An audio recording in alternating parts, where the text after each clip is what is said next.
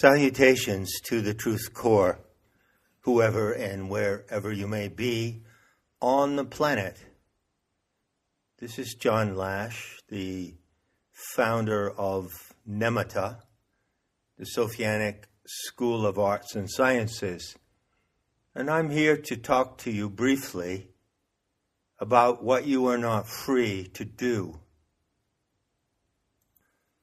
To get that message across, I'm going to talk both about freedom and beauty.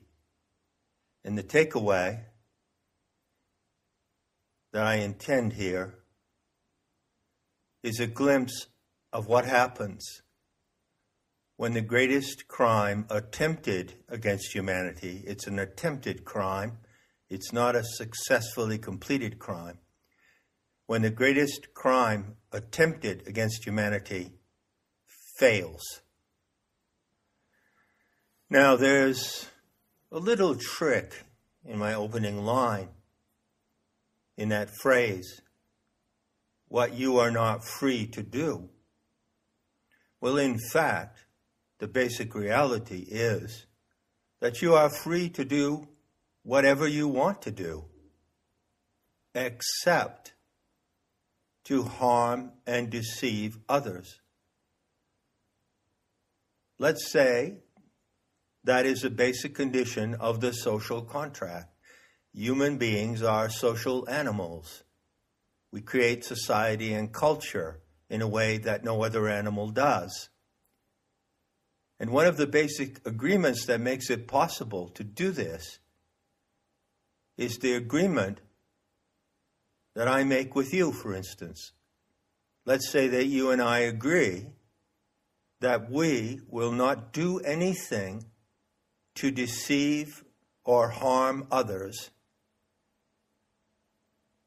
And given that condition, we are allowed to do whatever we wish. We are free to do whatever we like. Consider that as a basic proposition of the social contract. Now, on the topic of freedom, I can make this observation. Due to the crime or attempted crime against humanity being perpetrated right now, under the pretext of a pandemic, some people are reacting, some people are objecting to the great plan, the great reset. And so you see these people in the streets, and very often you see them carrying placards or speaking, proclaiming their objections. And what are they saying? Well, they're all saying the same thing. These measures against the alleged pandemic are violating our basic human rights. We demand our rights. We demand that our rights not be violated. Well, here's something for you to chew on. You don't have any rights to be violated in the first place. I've dedicated another talk to that issue. It's called What the Globalist Masterminds Know and You Don't. So you don't have any rights. You don't have a right to breathe. You don't have a right to congregate, to marry, to have friends, to travel.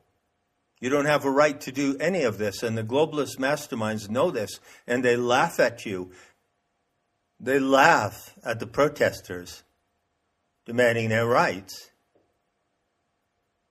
Now, the good news about this statement, which otherwise might appear to be extremely negative and extremely disturbing, namely that you don't have any rights, well, the good news about that is you don't need rights.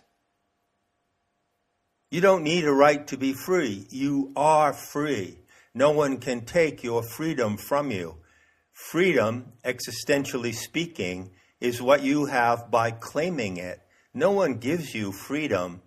No government, no authority gives you freedom. No one can give you freedom. God does not give you freedom.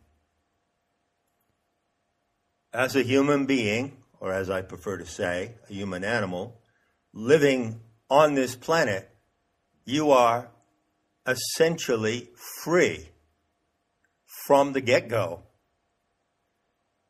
There are conditions on your freedom. There is one basic condition, and I already stated it. Go about the world and do as you like. Pursue your own intentions. As long as you do not deceive or harm others, you're free to do that according to the social contract. So you are free. And that is the only condition upon your freedom. And even that condition is not given by God or the state. That condition is a matter of agreement between those members of society who want to live together peacefully and thrive in a mutual experience of being human. You don't need a right to travel. You don't need anyone to authorize you to travel, to drive a car, as long as you do it carefully and respectfully with regard to others. If I drive my car down Route 66 in the United States, I agree with you that I will follow certain rules of the road so that I don't harm anyone or harm myself. Simple enough. No rights are required. No statements from authorities, no laws, no propositions are required. Some people would call that natural law or the law of the land, but I reject that term because it's not natural. When was the last time a tree or a cloud or a bubbling brook gave you the right to travel freely across the land? Nature does not dictate rights any more than God or the government. Rights cannot be dictated. They don't need to be. So right there, on the basis of those assertions, you can say happily that you are free. You don't need anyone's permission to live out your life. And that freedom is beautiful. Freedom is beautiful. But freedom is not free. It comes with responsibilities. So you have responsibilities as a free agent in this world. But you do not have rights. And you don't need them. Now back again to the topic of the day, the main event in the world drama, as I like to call it. The authorities, whoever they may be, are dictating to you what you can and cannot do. So if you think you have a right to walk around in the world without wearing a muzzle, they're telling you you're wrong. Only they can give you that right. Well, they are pernicious deceivers and liars.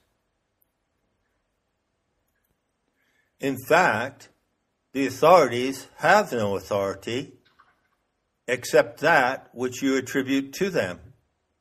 They have no authority to tell you that you can't gather in groups of more than 6, that you can't mingle in public except at a certain distance, that you can't conduct businesses or purchase things without wearing a muzzle. They have no right to tell you that, but they do have the power of enforcement and the finances to, let's say, render consequences upon you if you do not follow the rules they dictate from their self-assumed and self-delusional role of authorities. In an ideal world, in a sane and humane world, only the members of society are the authorities. But that proposition only works if the members of society, who are free to act as long as they do not harm or deceive others take responsibility for the society in which they operate. And that failure to do so is the basic advantage of the authorities who are perpetrating this crime, attempting this crime, which is a long way from success. The authorities running this program, all the way from the globalist masterminds of the Great Reset down the line to their pawns and minions in the street, certainly want you to believe that they cannot fail. But I'm here to tell you that they cannot succeed. They cannot not fail. So what would assure the failure of the Great Reset? Numerous factors, of course. But I submit to you that there is one supreme factor above all others, and that is observation and adherence to beauty. The beauty of freedom, the beauty of being alive, the beauty of enjoying life, the simple pleasures of life, and also the beauty of enjoying the responsibilities. To be free requires that you take responsibility for freedom, for yourself and all others who share it with you. The failure to take that responsibility, as I just said, is what has led humanity to the situation where the globalist perpetrators have the opportunity to pull off this crime. Let me take a moment to tell you something that occurred to me recently when I was in Belgium, which is a country of Europe that is suffering under the lockdown measures. It occurred to me that I was not free to make friends. Now, making friends is a great pleasure to me, and I am basically an amiable and friendly animal. As a matter of fact, I come from friendship. Friendship, Maine, to be precise.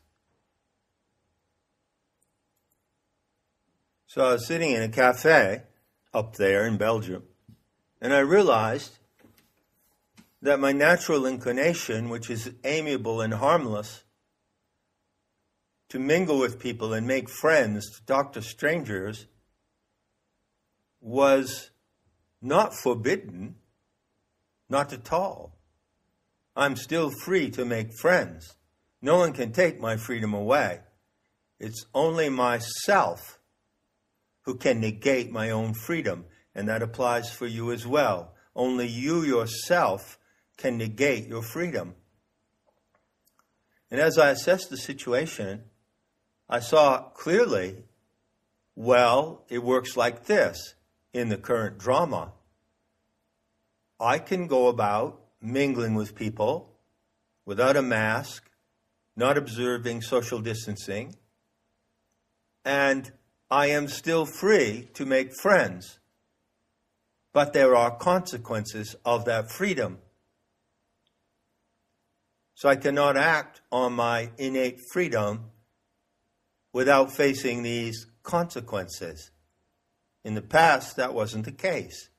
Before March 2020, that wasn't the case. So now the entire world, well, it's not the entire world, by the way, but what you hear from the mainstream media is intended to convince you that it is everywhere and everyone in the entire world. Not true. But in large parts of the world, if I act on my freedom to make friends, then I risk certain consequences. That is completely perverted. That is completely sick. Why should I, acting on my natural instinct as a social animal, have to face consequences, why should I have to risk harm in making friends or traveling or doing any of the innumerable actions that are natural to me, to my species? This is an unnatural and perverse situation. Now, in bringing this talk around to the takeaway, and coming in under 30 minutes or 20 if I can do it, I'd like to propose to you a little riddle. I noticed in March of 2020 that WHO announced that quantum-19 was a global pandemic. Now look at this sentence that I just said. If you put a question mark after it, it sounds like this. Who announced that quantum-19 is a global pandemic? But if you take away the question mark, you have the answer to the exact same question. Who announced that quantum-19 is a global pandemic? This is a trick. It's a trick that works in English because the acronym for the World Health Organization is WHO. It doesn't work in Spanish, quien, or in French, qui. But it does work in English, and it's very odd to look at it. Because when you naturally ask yourself the question, who is behind all of this? Who is behind this attempted crime? There again, who is behind this attempted crime? Question mark. Well, the answer is the same as the question. So WHO does not merely stand for the World Health Organization, but it stands for the authorities. And the World Health Organization is simply one arm or instrument of the authorities who are forcing the insane and inhumane measures against the quantum-19 pandemic, which is a fraud, a provable medical fraud. So I introduce you to that little trick in English. Many times when you ask a question beginning with who, the answer is the same as the question. Now go to a second proposition, an iteration of that question, of that trick. I ask you this: who can be so evil? Who can be so evil that they would perpetrate this horrific program, which goes against human nature and everything that is good, true, and beautiful in human society? Who can be so evil that they would do that? The answer is the authorities, or to put it in the jargon of the living gnosis today, the archons. Now, the archons are not some weird entity from some other galaxy who decided to invade the Earth. I've talked endlessly about this subject in metahistory.org and currently on Nemata. No, the archons are the authorities who stand in front of you, whether they be the authorities at the top of the pyramid, some named and some unnamed, or whether they be the marshals in the street, the pawns, the minions. That's who? The authorities. Now this question, who can be so evil, is certainly a tremendous prompt for your mind. And I advise you to consider this question and to ask yourself this question continuously. But there's a saying in the practice of Gnosis today: a good question leads to an even better question. I have a better question for you. Who can be so hateful? That's really the question of the moment. Who can hate humanity so much? And who can hate the beauty and freedom of the true social order? Not the New World Order, that is their plan, but the true social order on this planet. Who can hate that so much that they would perpetrate or attempt to perpetrate this crime against humanity? As a self-declared Gnostic scholar, I've delved deeply into that question. As a matter of fact, the historical record shows that when the Gnostics, who were the teachers of the mystery schools, came forth in the 2nd century of the Christian era, when they came out of their inner circles and confronted the ideologues of Christianity, the religion on the rise at that moment, they were hated by those Christian ideologues, the patriarchs of the church. And it is true to this day that nothing is more hated on this planet by the authorities than the Gnostic message. And if you go and look at the events that happened in those early Christian centuries, when the Gnostics arrogated against the authorities, when they stood up to them and talked back to them, you find that one of the reasons why the Christians hated the Gnostics so much is because the Gnostics claimed that they knew the true origin of evil. They knew things about evil that the Christians did not know. And they confronted the Christians with what they knew. And for that, they were hated and despised and persecuted and ridiculed and massacred. And their schools were closed. And all of their countless works that they had written, almost all of them were destroyed. So Gnosis remains today the supreme heresy on this planet. And one aspect of that heresy is that the Gnostic knows the source of evil. The Gnostic knows who can hate that much. And you probably know it too. There are certainly plenty of clues pointing to the authors and perpetrators of this crime. So what do the authorities hate so much? What does who hate? It's not really a cosmic mystery, my friends.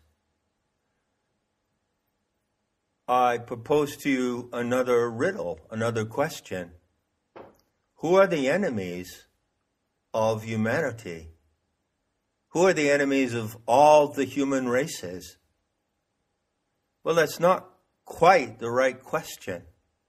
If you really want to go to the answer, and it's not hard to find, there's plenty of documentation and plenty of proof regarding that question. But if you really want to go to the heart of that question, just change it a little and ask this. Who are the self-declared enemies of all the human races, who set themselves apart as a super race, the Übervolk? Who are those people? And what exactly is it that they hate so much? Well, they hate many things. They hate freedom. They hate the simple pleasures of life, the simple enjoyments of being a human animal, and they now forbid those enjoyments. And they place you at risk of harm or death if you pursue those enjoyments. But above and beyond all else, I can assure you that they hate beauty. They are ugliness embodied, and they hate beauty more than anything. I'm not going to elaborate further on these propositions. I'll just take you to the takeaway. How is it possible to expose, oppose, and overcome this attempted crime against humanity? Many, many actions can be taken with that intention. And in fact, many actions are being taken right now. And the opposition to this great crime is escalating exponentially day by day. Of course, the mainstream media, controlled by who, doesn't want anyone to know that, so they only report on their victory. They don't report on what's taking them down. That's changing too, by the way. Oh, yes, it is. It's come to the point where it is impossible for them not to report in some way or another upon what's taking them down, upon what is opposing the Great Reset, and eventually can overthrow it. But above and beyond all else, and behind all the efforts to do so, there is beauty. The beauty of being alive, the beauty of your life, the beauty of the gift of life. Who gave you the gift of life? It wasn't WHO. It was your divine mother, the planet Earth. She gave you the gift of life, and she sustains your life with every breath. And were she to, for one instant, not do so, you would die. So it's all about beauty. Your sense of beauty is a moral force that is deathless and undefeatable. And you rely on that force in this battle. So I can say that in the outcome of this battle, as the Great Reset is defeated, beauty comes back to life again. Beauty is revived, and beauty has its revenge. So I leave you with another acronym, another 3-letter clue. PCR. What does PCR stand for? Well, in my world, it stands for post-COVID revenge. Enough said. And I'll be seeing you in the beauty to come.